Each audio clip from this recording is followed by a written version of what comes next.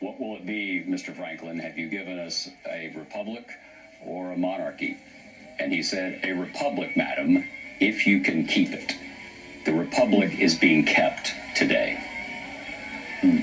Well said, as always, John Meacham. Let's go back to Steve Kornacki. Steve, we saw that vote come in from Philadelphia, and a couple of seconds after you touched your magic board there, the election was called for Joseph Biden. What did you see there? What came in to put him over the top? Yeah, well, it was those few thousand votes in Philadelphia. It put him over 30,000. And then actually, literally seconds after that, we had been teeing up Allegheny County, Pittsburgh. More vote came in from Allegheny County. So you actually see now Biden's lead grew further.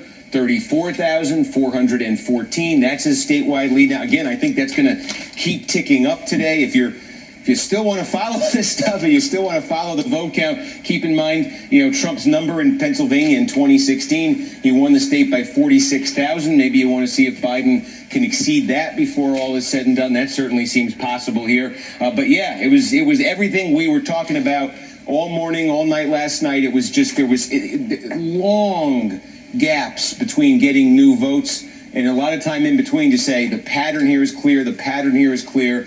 And every time we got a new vote, it just reaffirmed that was the pattern. And eventually I think there's an accumulation of small updates that just got to a point where it's, hey, this is now 34,000 votes. This is now rising. The idea that Trump is going to overturn this with provisional ballots that are, we can already see have quite a few Democrats in them that traditionally are extremely Democratic. The idea that Donald Trump is suddenly going to win 96% of that vote or something like that, it's just the implausibility, I think, just finally reached the critical threshold.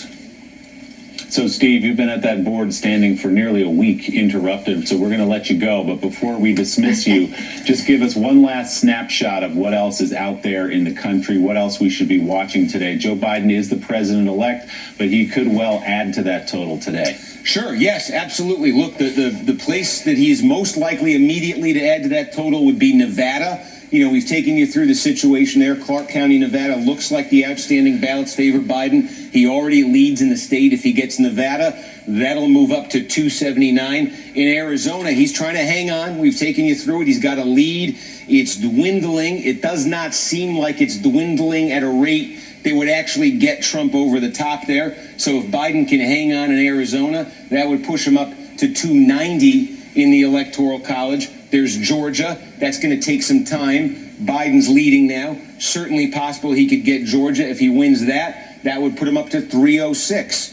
Alaska, again, I don't want to speak for the decision desk. I don't think he's getting Alaska.